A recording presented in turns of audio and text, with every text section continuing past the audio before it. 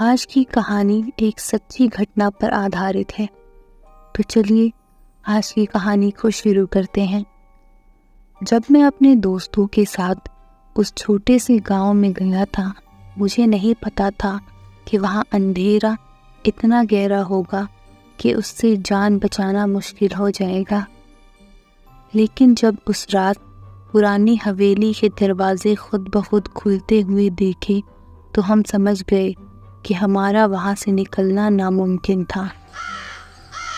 ایک چھوٹے سے گاؤں جس کا نام تھا بھورا پور، دکھنے میں بالکل عام گاؤں جیسا تھا، لیکن کچھ عجیب تھا اس جگہ کے بارے میں جو سب کو دور رکھتا تھا۔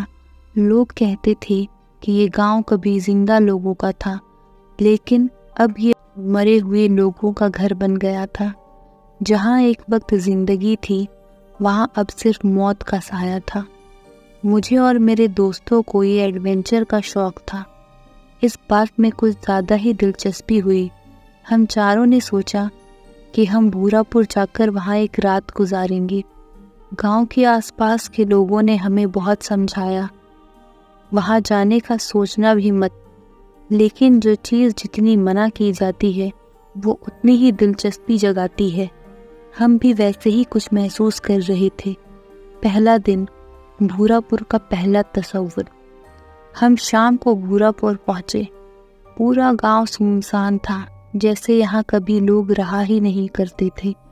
گھر پرانے اور جھڑ چکے تھے، سڑکیں پتلی تھیں، کوئی آواز نہیں تھی، صرف ہوا کا شور تھا جو پورے گاؤں میں گھوم رہا تھا۔ ہم نے ایک پرانی حویلی کو اپنا آسرا بنایا۔ حویلی کا اندر کا ماحول بہت ہی ڈراونا تھا۔ دیواریں ٹوٹ چکی تھی، جھروکھوں میں سے ہوا تیزی سے گزرتی تھی اور کہیں سے ایک بھی چڑیا کی آواز تک نہیں آئی۔ حویلی کے بارے میں سنا تھا کہ یہ ایک زمانے میں گاؤں کے زمیندار کا گھر تھا۔ زمیندار اور اس کی پوری خاندان کو ایک رات کاٹ دیا گیا تھا اور تب سے یہ جگہ شیطان کا اڈا بن گیا۔ رات ہو چکی تھی اور ہم نے اپنے لیے ایک کمرہ چنا۔ تھوڑی دیر بعد ہم نے باتیں کرتے کرتے سوچا کہ اس جگہ کا راز کیا ہے۔ میرے دوست ربی نے کہا، کیا تمہیں واقعی لگتا ہے یہاں کچھ غلط ہے؟ مجھے تو بس ایک پرانی خوفناک کہانی لگتی ہے۔ لیکن جب ہم نے حویلی کے اندر ایک بڑی پینٹنگ دیکھی، سب کی ہنسی ایک دم ختم ہو گئی۔ پینٹنگ میں ایک عورت تھی، لیکن اس کی آنکھیں عجیب سی برف جیسی ٹھنڈک تھی۔ ایسا لگتا تھا جیسے وہ ہمیں دیکھ رہی ہو، ہمیں پہچان رہی ہو۔ جیسے ہی رات گہری ہوتی گئی، چیزیں بدلنے لگیں، ہوا اور تیز ہو گئی اور حویلی کے اندر کے دروازے خود بخود ہلنے لگے۔ ہم نے سوچا کہ شاید ہوا کا اثر ہوگا، لیکن تبھی ایک زور کا دھماکہ ہوا اور حویلی کا پہلا دروازہ کھل گیا۔ ہم نے اپنی ٹارچ جلائی اور دھیرے دھیرے اندر کی طرف بڑھنے لگے۔ ایک ہال وے تھا جو سیدھا ایک اور پرانے کمرے میں جاتا تھا۔ کمرہ اندھیرے میں ڈوبا ہوا تھا، صرف چاند کی روشنی ایک ٹوٹے ہوئے جھروکے سے اندر آ رہی تھی۔ ہم نے جھانک کر دیکھا تو ہماری سانسیں رک گئیں۔ کمرے کے کونے میں وہی عورت کھڑی تھی جو پینٹنگ میں تھی۔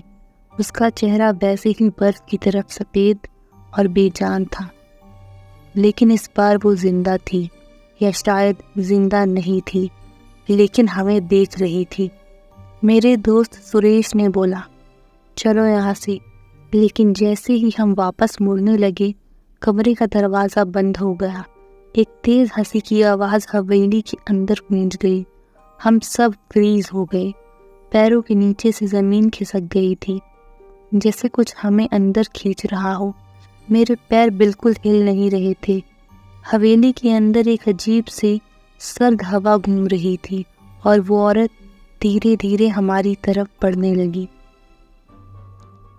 ہم نے زور لگا کے وہاں سے بھاگنے کی کوشش کی، لیکن حویلی کا ہر دروازہ بند ہو چکا تھا۔ روی نے کہا، یہ کوئی نارمل جگہ نہیں ہے، ہم نے کچھ غلط کر دیا ہے۔ تبھی ایک پرانی ڈائری ملی جو زمین پر پڑی تھی۔ اس ڈائری کے اندر وہ زمیندار کی کہانی تھی۔ زمیندار ایک اتیاچاری تھا، جو گاؤں والوں پر ظلم کرتا تھا۔ ایک دن گاؤں والوں نے اس کو اور اس کے پورے خاندان کو مار دیا، لیکن اس زمیندار کی بیوی ایک ڈاین تھی جو موت کے بعد بھی وہاں آتما کے روپ میں زندہ رہی۔ وہ ہر اس انسان سے بدلہ لیتی تھی جو اس گاؤں میں آتا تھا۔ ڈائری میں لکھا تھا کہ اس حویلی سے بچنے کا ایک ہی راستہ ہے، وہ عورت صرف اس انسان کو چھوڑتی ہے جو اس کے نام کا مالا جپتا ہے، لیکن اگر ایک بار تم اس کے جال میں پھنس گئے تو واپس زندہ وہاں سے نکلنا مشکل ہے۔ جب ہم ڈائری پڑھ رہے تھے تبھی ایک اور زور کا دھماکہ ہوا۔ حویلی کی دیواریں ہلنے لگی جیسے سب کچھ ٹوٹ کے گرنے والا ہو۔ ہماری نیند جیسے کھل گئی تھی۔ سریش نے جلدی سے کہا، اب کیا کرنا ہے؟ اس حویلی سے بچنے کا کوئی راستہ نہیں دکھ رہا۔ میں نے ڈائری کو جلدی سے واپس دیکھا۔ اس میں ایک منتر تھا جو اس عورت کو روک سکتا تھا، لیکن اس کو پڑھنے کے لیے ہمیں واپس اس کمرے میں جانا تھا جہاں وہ عورت تھی۔ میں اور ربی جلدی سے واپس اس کمرے کی طرف بھاگے، لیکن جب ہم وہاں پہنچے تو ہم نے دیکھا کہ وہ عورت اب ہوا میں اڑ چکی تھی۔ اس کے چہرے پہ ایک عجیب سی ہنسی تھی اور اس کی آنکھیں ایک دم لال ہو گئی تھیں۔ میری رگوں میں خون جمنے لگا۔ میں نے زور سے منتر پڑھنا شروع کیا، لیکن جتنی دیر تک میں منتر پڑھتا گیا وہ عورت ہمارے قریب آتی گئی۔ اس کے ہاتھ لمبے اور مزید کالے ہوتے جا رہے تھے اور ہوا اور تیز ہوتی گئی۔ روی نے زور سے چلایا، اب تو ہم نہیں بچیں گے، لیکن تبھی وہ عورت اچانک سے رکی۔ منتر کا اثر ہونے لگا تھا۔ اس کا چہرہ دھیرے دھیرے ٹوٹنے لگا، جیسے اس کا اصلی روپ سامنے آ رہا ہو۔ ایک گھنٹی کی آواز پوری حویلی میں گونج اٹھی اور تبھی وہ عورت ہوا میں پگھلنے لگی۔ جیسے ہی وہ غائب ہوئی، حویلی کے دروازے پھر سے کھل گئے۔ ہمیں لگا جیسے حویلی نے ہمیں زندہ چھوڑ دیا۔ ہم نے جلدی سے وہاں سے بھاگنے کی کوشش کی، لیکن جیسے ہی ہم گیٹ سے باہر نکلے ایک برف سی سرد ہوا واپس ہمیں محسوس ہوئی۔ ربی نے دیکھا اور دھیرے سے بولا، کیا تمہیں لگتا ہے کہ وہ اب آ گئی ہے؟